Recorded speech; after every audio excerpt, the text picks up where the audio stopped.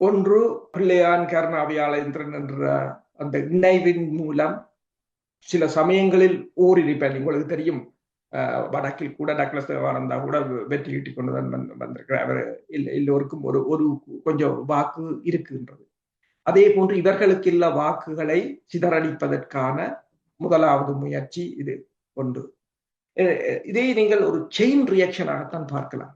வடக்கில் நீங்கள் பார்க்கிறது என்னென்றால் முற்று முழுதாக இந்த தமிழ் கட்சிகளை, முஸ்லிம் கட்சிகளை இல்லாது செய்து தனி பௌத்த சிங்கள நாடாக மாற்ற வேண்டும். அதுதான் மிக முக்கியம். உங்களுக்கு தெரியும், மாவட்ட கந்தசாமி கோயில்ல கரணி எப்படின்னுட்டா அந்த கோவில் விதிமுறைகளை எப்படி மீறினாங்க. ஆனால் கண்டியில யாரோ அந்த புத்தட்ட பல்ல படம் எடுத்துட்டாங்களாம் என்று அதுக்கு பெரும் விசாரணை எழுதி இங்கத்தை காடியன் கூட அதை போட்டிருக்கு ஒரு தலைப்பு செய்தியா ஒரு பத்தியா எழுதியிருக்காங்க. உங்களோட கோயில் எப்படியே பார்க்கிறீர்கள், மற்றவற்ற ஆலயங்களை எப்படி பார்க்கிறீர்கள் என்பதை அதை பார்க்க தெரிகிறது. அப்ப இப்ப பிள்ளையாண்ட பொறுத்தவரையில் பிள்ளையார் கைது செய்யப்பட வேண்டியவர், அது வேறு விடயம்.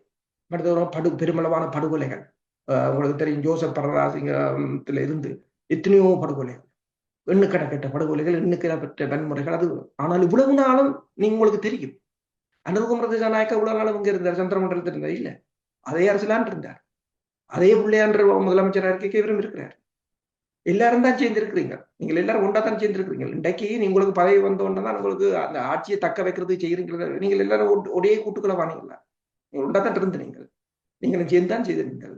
இன்றைக்கு உங்களுக்கு பிரச்சனை என்றோன்னா உங்களுக்கு தேவைப்படுது பலியாடுகள் என்று.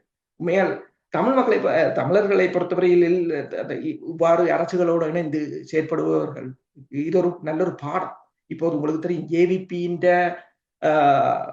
ஜேவிபிக்காக வேலை செய்கிறார்கள் இப்ப பேர் இருக்கணும். வரலாற்றை நீங்க திருப்பி பார்த்தால் தெரியும், இந்திய ராணுவம் வந்திருந்தது, இந்திய ராணுவத்துடன் வேலை செய்தவர்கள் இருந்தார்கள்.